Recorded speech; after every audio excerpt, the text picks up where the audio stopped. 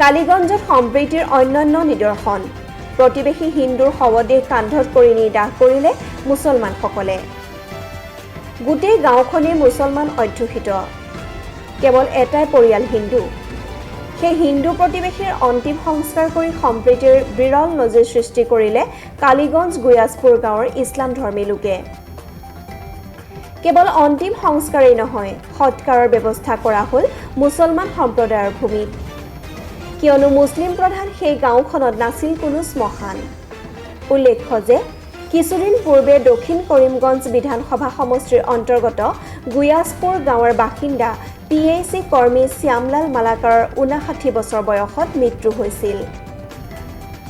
দীৰ্ঘদিন ধৰি তেওঁ কিডনীজনিত ৰোগত ভুগি অৱশেষত স্ত্ৰীসহ 3 পুত্ৰক এৰি থৈ ইহলীলা সম্বৰণ কৰে প্ৰসংগত শ্যামলাল মালাকাৰ গুয়াজপুৰ গাঁৱৰ একমাত্ৰ হিন্দু পৰিয়াল আছিল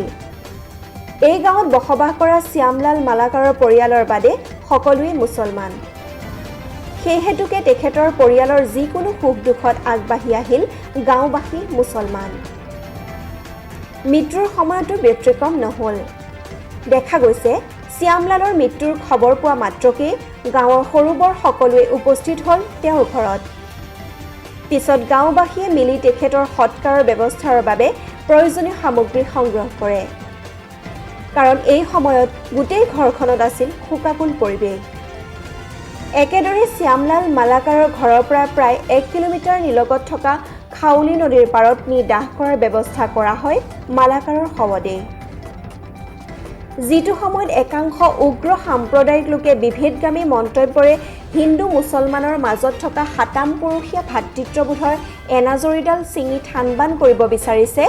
ঠিক সেই সময়তে হিন্দু পৰিয়ালৰ কাষত থিয় দি মুছলমান সম্প্ৰদায়ৰ লোকে দেখুওৱা সহানুভূতি আৰু মহানুভৱতা সঁচাকৈ শলাগনীয়